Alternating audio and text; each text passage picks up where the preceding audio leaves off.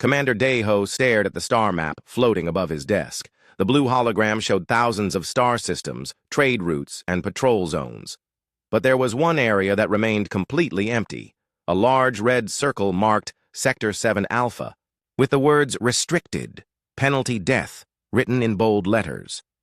For 20 years, Daeho had served in the Galactic Coalition fleet. He had fought pirates, explored new worlds, and kept peace between different alien species, but he had never been allowed to ask about the empty zone. Nobody was. "Sir, the morning reports," said Lieutenant Jae-min, placing a datapad on the desk. "Thank you," Daeho replied, but his eyes stayed on the red circle. "Jae-min, how long have you served?" 8 years, sir." "Have you ever wondered about Sector 7 Alpha?" The young officer's face went pale. "Sir, we're not supposed to—" "I know what we're supposed to do," Daeho said quietly. "But don't you find it strange? An entire sector of space completely off limits. No trade, no exploration, no communication. Why?" Jae-min looked around nervously. "The old stories say something terrible happened there long ago." "What kind of terrible?" "I don't know, sir. The records are classified at the highest level." Across the galaxy, Dr. Hai-Jin was having similar thoughts. She worked in the Coalition's Department of Xenoarchaeology, studying the ruins of ancient civilizations. Her current project involved temples on the dead world of Keth Prime. The temples were old, built by a race called the Vectari over 5,000 years ago. Most of their writing had been decoded, but some sections remained mysterious. Today, Hai-Jin was working on one such section. The stone tablet showed star maps and what looked like warning symbols. She ran her translation program again and frowned at the result. "Warning. The sleeping giants must not wake. All ships avoid. The Terra system. The price of contact is extinction." Terra system. Hai-Jin had never heard that name before. She checked her database and found nothing. But when she looked at the star coordinates on the tablet, they pointed directly to Sector 7 Alpha. Her hands shook as she made the connection. The ancient Vectari knew about the Forbidden Zone. They had written warnings about it thousands of years before the Coalition was even formed. She needed to tell someone about this, but who? Her supervisor would report it to the military, and asking questions about Sector 7 Alpha was dangerous. Very dangerous. Meanwhile, Admiral Wu Sung sat in his office at Coalition Command, reviewing the daily security reports. As head of Coalition Intelligence, he knew secrets that could destroy civilizations. The biggest secret of all was locked in a vault beneath his office. The vault contained files marked Terran Protocols, documents so classified that only 3 people in the entire galaxy were allowed to read them. Wu Sung was one of those 3 people. He had read the files many times, and each time they made him sick with fear. The files told the story of what happened to the last civilization that made contact with Sector 7 Alpha. It told of entire fleets that vanished without a trace. It told of planets that went silent overnight. It told of survivors who spoke of nightmares before they died from terror. But most importantly, it told of why the greatest military forces in galactic history chose to abandon entire star systems rather than risk another encounter with whatever lived in that forbidden zone. His desk computer beeped with an urgent message. Admiral Wu Sung opened it and felt his blood turn to ice. Alert. Mining vessel Lucky Strike has lost contact. Last known position, border of Sector 7 Alpha. All attempts at communication have failed. Wu Sung's hands moved quickly across his keyboard, sending coded messages to secret military units scattered across the galaxy. Within minutes, response teams were being dispatched, not to rescue the missing miners, but to make sure nothing came out of that sector alive. The Lucky Strike had been a small operation, only 12 crew members looking for rare metals near the border. Their captain, Tae Wu, was known for cutting corners to save fuel costs. This time, his shortcuts had taken him too close to the Forbidden Zone. The ship's automated distress beacon had activated exactly 4 hours and 17 minutes. Ego. Then it went silent. Not just quiet, completely gone, as if the ship had never existed. But Wu Sung knew better. The ship existed somewhere in that sector, and soon something would respond to its presence. Something that had been waiting in the dark between the stars for thousands of years. Commander Daeho received his orders at 0800 hours. He was to take his cruiser to the edge of Sector 7 Alpha and set up a blockade. Any ship, probe, or signal trying to leave the sector was to be destroyed immediately. No exceptions. Sir, asked Jamin, what about survivors from the Lucky Strike? There are no survivors, Deho replied, though the words felt wrong in his mouth. As his ship moved toward the Forbidden Zone, Deho thought about the ancient warnings Dr. Hai Jin had discovered. She had sent her findings to the military, hoping someone would investigate. Instead, her research had been classified and she had been transferred to a different project, but Deho had read her report before it was buried. The ancient Vectari had called the inhabitants of Sector 7 Alpha the Sleeping Giants. They had written that these giants were not evil, but something far worse. They were beyond the understanding of normal life. The Vectari texts spoke of visitors who had tried to make contact. Some ships returned empty, their crews gone. Others came back with crews who were no longer quite human or alien or anything recognizable. A few vessels returned seemingly unchanged, but wherever they landed, entire populations would begin, having the same nightmare. In these dreams, people saw vast cities floating in the darkness of space. They saw beings that looked almost familiar but moved in ways that hurt to watch. They saw technologies that worked by convincing reality to be different than it was. Most disturbing of all, the dreamers began to change. They became smarter, stronger, more adaptable. But they also became less like themselves and more like something else entirely. As Deho's ship reached the edge of Sector 7 Alpha, he looked at the empty space beyond and wondered what was really waiting out there. The Lucky Strike had been missing for 8 hours now. According to the classified files, that meant the countdown had already begun. Soon, the sleeping giants would wake up, and when they did, the galaxy would learn why some doors should never be opened. Dr. Kyung-soo had been studying human brain patterns for 15 years, but he had never seen anything like this. His laboratory at Seoul National University was filled with confused students and beeping machines that couldn't explain what they were detecting. "Professor, look at this," said his assistant, showing him a brain scan. "The patient came in for a routine check, but her neural activity is off the charts." Kyung-soo studied the image. The woman's brain was showing patterns he had never seen before. Parts of her mind that should have been dormant were lighting up like fireworks. Even stranger, the patterns looked almost like computer code. "When did this start?" he asked. "About 8 hours ago." But here's the weird part. We've had 57 similar cases today, all showing the exact same pattern. Kyung-soo felt a chill run down his spine. 57 people couldn't have the same brain malfunction by accident. Something was causing this, but what? Across the city, Captain Sora was having her own problems. The Korean Space Force had detected unusual energy readings coming from deep space. At first, they thought it might be a solar flare or cosmic radiation, but the signals were too organized, too purposeful. "Captain, you need to see this," called Sergeant Min-ki from his monitoring station. Sora walked over and looked at the data streaming across his screen. The energy signatures were unlike anything in their databases. They seemed to be coming from multiple sources around Earth, but not from space. They were coming from underground. "How deep are these signals originating?" she asked. "Approximately 2 kilometers beneath major population centers. Seoul, Tokyo, New York, London, Moscow, they're all showing the same readings. That's impossible. There's nothing down there except old subway tunnels and basement foundations." "That's what I thought too," Min-ki replied. "But the signals are definitely there, and they're getting stronger." Meanwhile, Professor Tae-min was in his study at home, surrounded by old books and historical documents. As a historian specializing in human development, he had always been puzzled by certain gaps in the historical record. There were periods, usually lasting several decades, where human progress seemed to leap forward impossibly fast. The Bronze Age, the Renaissance, the Industrial Revolution. Each time, humans had suddenly developed new technologies and ideas as if they had been given a blueprint. Tonight, those old mysteries were starting to make sense in a very disturbing way.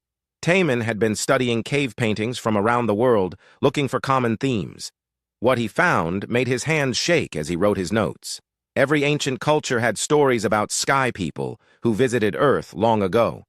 But these weren't typical alien visitation myths. According to the paintings and texts, the Sky People had done something to humans. They had planted seeds that would grow when the stars were right.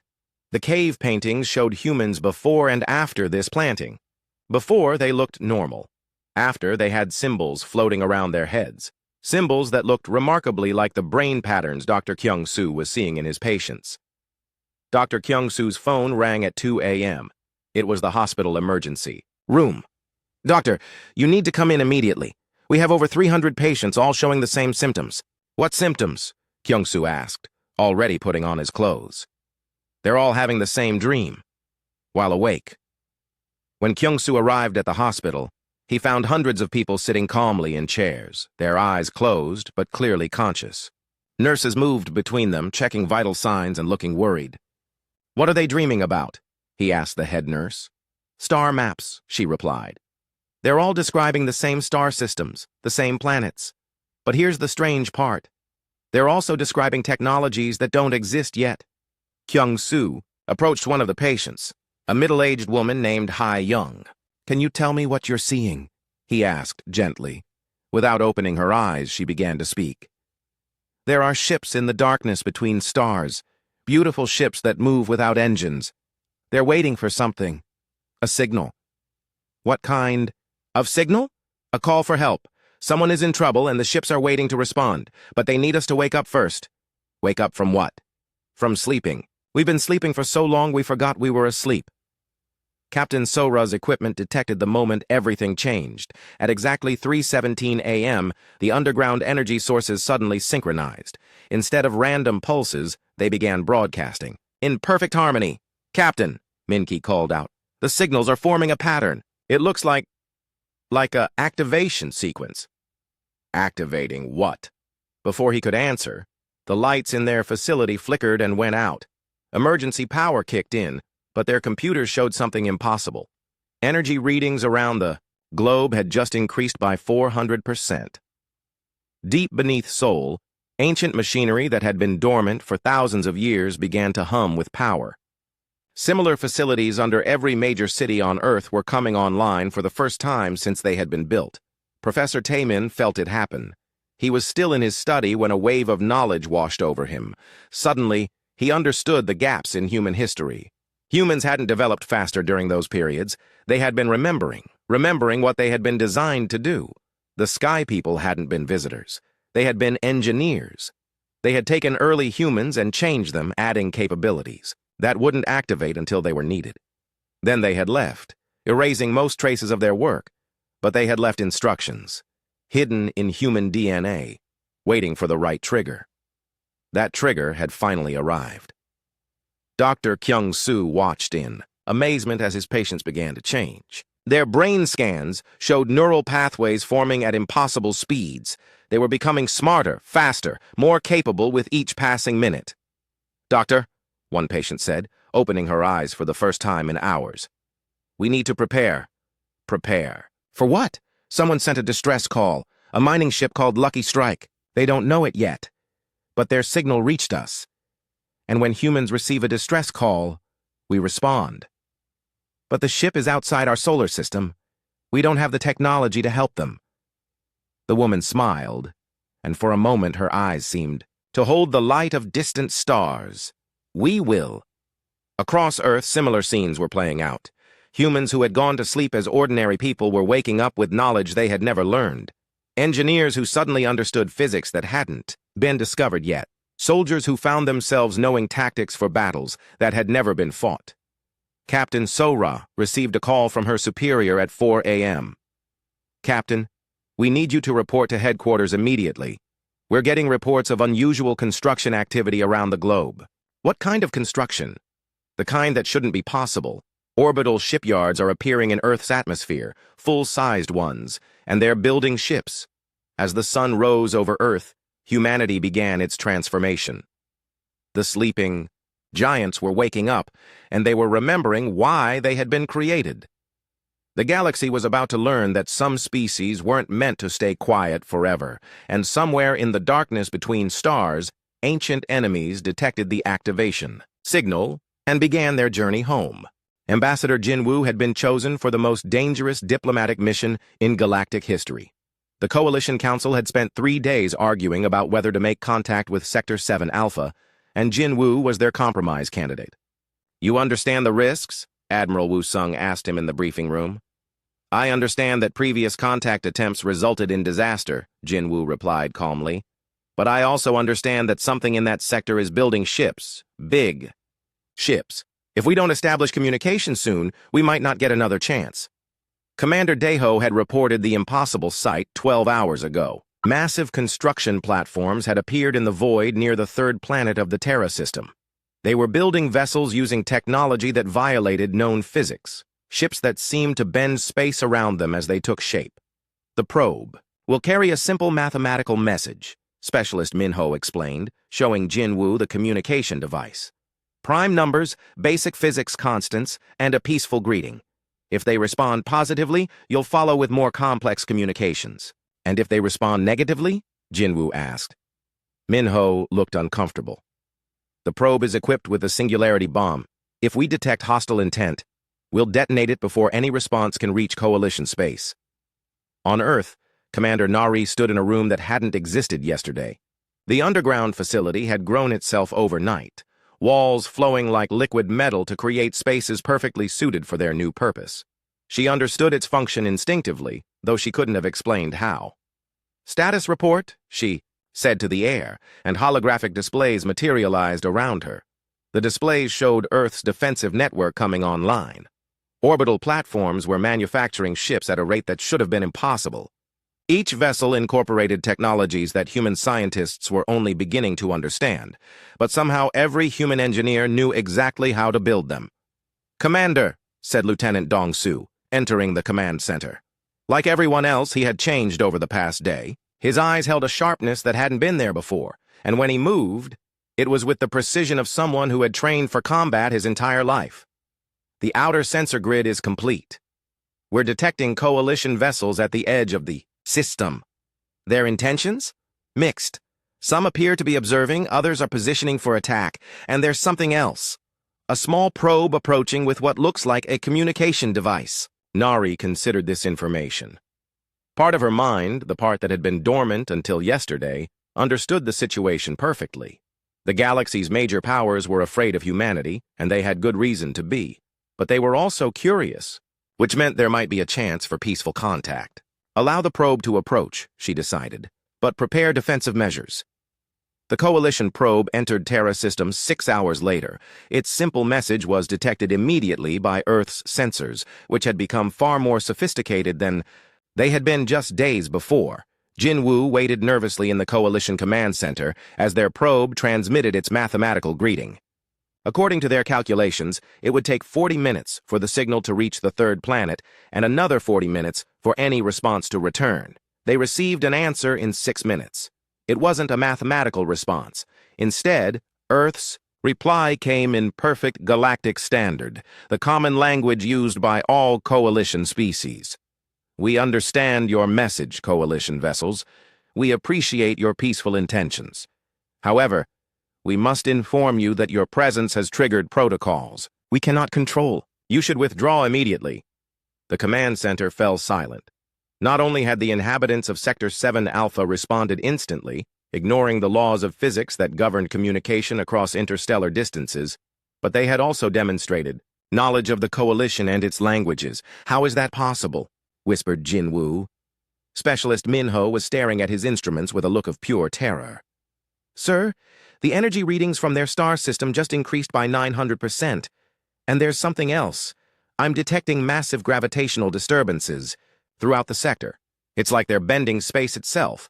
Admiral Woo-sung received the report 30 minutes later and immediately understood what it meant. The ancient files had described this exact scenario. When the inhabitants of Sector 7 Alpha detected potential threats, they didn't just prepare for defense. They prepared for war on a scale that could reshape the galaxy itself. "Send the withdrawal order," he commanded. "All Coalition vessels are to retreat to minimum safe distance immediately." But it was already too late. Commander Nari watched the tactical display as Coalition ships began their retreat. Her enhanced senses could detect their fear through the electromagnetic signatures of their vessels. They were running, but they were also leaving sensor probes behind. They want to observe what happens next, she told Dong-Su. Should we destroy the probes? No. Let them watch. They need to understand. On her command, Earth's newly constructed fleet began its first deployment. 50 vessels, each the size of a coalition battleship, but built using principles that allowed them to exist partially outside normal space, emerged from the orbital shipyards. The ships moved without visible propulsion, traveling faster than light by convincing the universe that distance was optional. Within hours, they had reached the edge of the solar system and taken up positions around the retreating coalition forces. Jin Woo found himself staring at displays that made no sense. The human ships were there, clearly visible on all sensors, but they were also somehow not there. They existed in a state that his instruments couldn't properly measure. "Sir," reported the sensor operator, "they're not attacking. They're just watching us, like they're making sure we leave safely." One of the human vessels moved closer to Jin Woo's ship, and suddenly his communication system activated without any input from his crew. "Coalition vessel, this is Captain Jae Sung of the Earth Defense Force. We mean you no harm, but we cannot allow you to remain in this sector." "Why not?" Jin Woo asked, finding his voice. "Because our awakening has sent a signal across dimensions. Things that have been sleeping in dark space for thousands of years are beginning to stir. When they arrive, this region will become a battlefield, and we cannot guarantee your safety." "What things? What kind of battlefield?" There was a pause before Jae Sung responded, and when he did, his voice carried a weight that seemed to come from racial memory spanning eons. "The kind of enemy that made your ancestors create us. The kind of threat that required them to build weapons capable of fighting gods. We are those weapons, Ambassador, and we have been sleeping for far too long." As the coalition forces retreated, their long-range sensors detected something that would haunt their dreams for years to come. The space around Earth was changing, becoming something more than mere vacuum. Reality itself seemed to be bending to accommodate technologies that shouldn't exist. But most disturbing of all, the humans weren't struggling to control their new abilities. They used them as naturally as breathing, as if they had been designed for exactly this purpose from the very beginning. Admiral Woo Sung read the sensor reports and felt the weight of ancient secrets pressing down on him. The files in his vault had warned that this day would come. They had described the protocols that would activate when humanity awakened and the consequences for the galaxy when those protocols began. Now all he could do was watch as the sleeping giants remembered what they had been created to do and pray that when the real enemy arrived, humanity would still remember which side they were supposed to be on. General Dong Hyun stood on the bridge of humanity's first interstellar command ship and watched reality tear itself apart at the edge of the galaxy. The tears weren't physical wounds in space. They were breaks in the fundamental laws that held existence together. "How long until they fully manifest?" he asked Dr. Eun-ji, the coalition scientist who had joined Earth's Defense Force after seeing the sensor readings. "Based on the dimensional disturbance patterns, approximately 72 hours, she replied, her voice tight with fear. "But, General, you don't understand what's coming through those rifts. Then explain it to me." Dr. Yoonji activated the holographic display, showing images recovered from ancient battlefields scattered throughout the galaxy. The pictures showed landscapes where the laws of physics had been rewritten, where matter itself had been consumed and converted into something else entirely. "The Devourers don't just destroy civilizations," she said. "They consume the basic forces that make reality possible. Gravity, electromagnetism, nuclear forces, they feed on them all. When they're finished with a region of space, nothing can exist there anymore." General Dong Hyun studied the images calmly. His enhanced human mind processed the information quickly and began developing countermeasures that should have been impossible to conceive. How did previous civilizations fight them? They didn't. They ran. Every advanced species in galactic history evacuated entire sectors when the Devourers appeared. The few that tried to fight were completely erased, not just killed but removed from existence as if they had never been. And yet someone created us to fight them. Dr. Yoon-ji nodded reluctantly. "The civilization that engineered humanity was the most advanced we've ever discovered. They had technology that bordered on godlike. But even they chose to disappear rather than face what they had created in you." Captain Jae Sung commanded the lead squadron of Earth's fleet as they took position near the dimensional rifts. His ships had been constructed using principles that his crew understood instinctively but couldn't explain to anyone else. "Sir, we're detecting movement within the rifts," reported his tactical officer. "Something large is coming through." The Yas, first devourer, emerged into normal space like a living shadow. It was roughly the size of a coalition battleship, but its edges flickered between existing and not existing. Where it moved, the stars behind it dimmed and went out. "All ships engage at maximum range," Jae Sung ordered. The human fleet opened. Fire with weapons that operated by convincing energy itself to behave differently. Beams of light that moved faster than light, missiles that existed in multiple dimensions simultaneously, and defensive shields that protected by making attacks forget they had ever been fired. The Devourer absorbed the first wave of attacks and seemed to grow larger. "Sir, our weapons are feeding it," reported the tactical officer. "It's converting our energy into more of itself." But Jae Sung had expected this. The knowledge inherited from humanity's creators had warned them about the Devourer's feeding habits. This first attack had been a test, designed to learn how this particular enemy functioned. "Switch to Pattern 7 weapons," he ordered. The human ships reconfigured their armaments in real time, adapting to the specific threat they faced. Instead of using energy weapons, they began firing projectiles that existed in a state of quantum uncertainty. Missiles that were simultaneously matter and antimatter until the moment of impact. The Devourer writhed as the impossible weapons struck it. For the first time in millennia, something had hurt it. More rifts opened across the galaxy's edge. Dozens of Devourers began pouring through, each one larger than the last. Coalition monitoring stations detected their approach and began evacuating entire sectors. Admiral Woo Sung coordinated the retreat from Coalition Command, but his attention was focused on the sensor readings from the human fleet. The impossible was happening. Humanity was not only fighting the Devourers, but actually winning. "How are they adapting so quickly?" he asked his science advisor. "Sir, I think they're not just adapting. They're evolving in real time. Each encounter with the enemy is making them more capable of fighting this specific threat." The proof came when the largest Devourer yet seen emerged from the rifts. This one was the size of a small moon, and its mere presence began unraveling the fabric of space-time around it. Stars in nearby systems flickered as their nuclear fires were drained of the energy that sustained them. Captain Jae Sung's squadron should have been obliterated instantly. Instead, his ships began displaying abilities that defied comprehension. They moved through space by existing in multiple locations simultaneously. They fired weapons that attacked the enemy's past and future as well as its present. Most impossibly, they began coordinating their actions across interstellar distances instantaneously, as if the entire human fleet shared a single consciousness. Dr. Yoonji watched the battle from the command ship and felt her understanding of reality crumble. The humans weren't just fighting the Devourers, they were learning from them. Each attack absorbed by the enemy taught humanity new ways to exist outside normal physics. "General," she said to Dong Hyun, "your people are changing.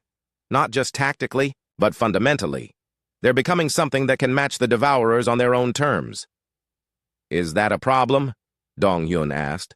"I don't know. The line between fighting monsters and becoming monsters can be very thin." The battle raged for 18 hours across a front that spanned half the galaxy. Coalition forces retreated system by system, but humanity's fleet advanced, pushing the Devourers back toward the dimensional rifts. But with each victory, the human ships became more alien.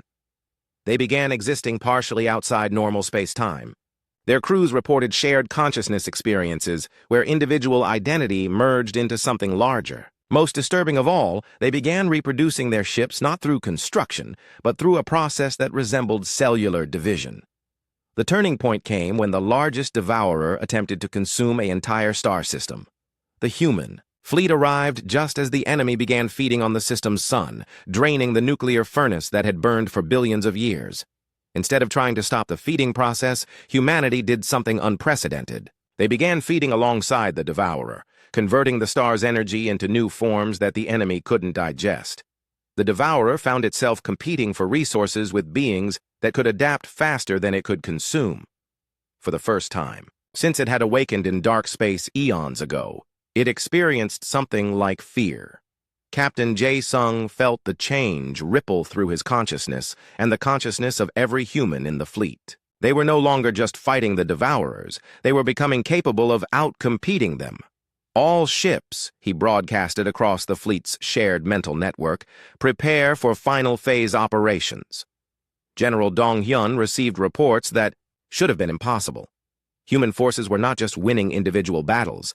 They were converting Devourer technology and biology for their own use.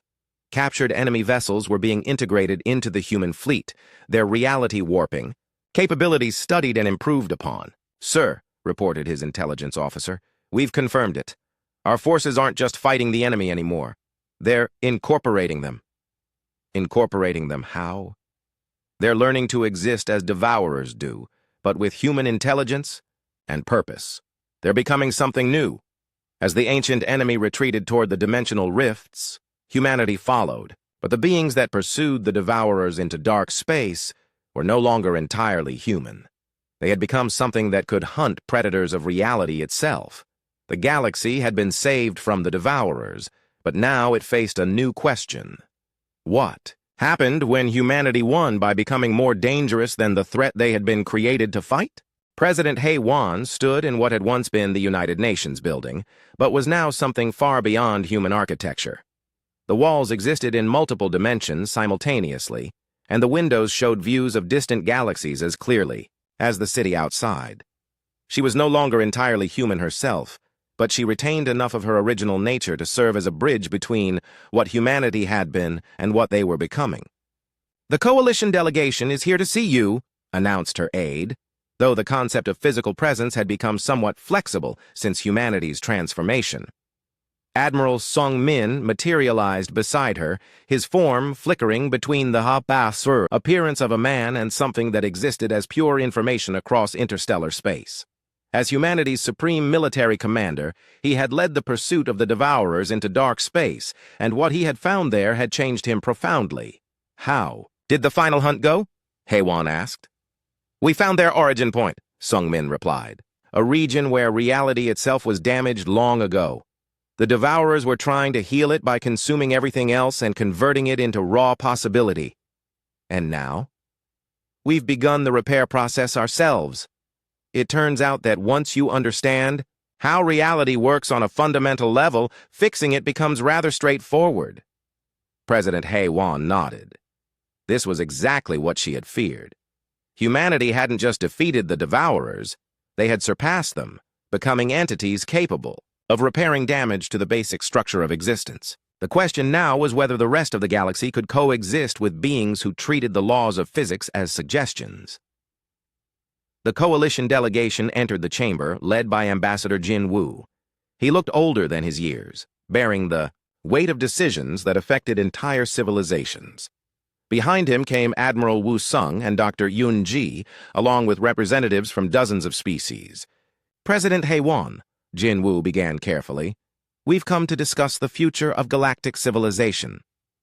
"You mean you've come to discuss how to control us?" she replied without hostility. "I understand your concerns." Dr. Young Sik, humanity's leading scientist in post-transformation physics, appeared in the room without walking through the door. His research had revealed the final truth about humanity's nature, and the knowledge had left him both exhilarated and terrified. "I've completed the analysis of our evolutionary trajectory," he announced. "The beings who created us designed humanity with one specific capability, unlimited adaptability. Not just biological adaptation, but conceptual adaptation. We can change not just what we are, but how we exist." "Explain that in terms we can understand," requested Admiral Woo Sung. Young Sik gestured, and holographic displays showed humanity's development over the past weeks. "Normal evolution changes organisms to fit their environment. We've moved beyond that. We now change our environment, including the fundamental laws that govern it, to fit our needs." "Give me a practical example." "Yesterday, our deep space exploration teams encountered a region where the speed of light was too slow for efficient travel. Rather than build faster ships, they convinced that region of space to increase its speed of light constant. The change is permanent and affects everyone who travels through that area." The coalition delegates exchanged worried glances. This was far beyond what they had feared. Humanity wasn't just using advanced technology. They were rewriting the basic rules of reality as they went. President Hei-Wan saw their expressions and understood their terror. "You're wondering if we can be stopped." "Can you?" Jin-Woo asked. Quietly. "No," she replied honestly. "Not by any force the galaxy currently possesses.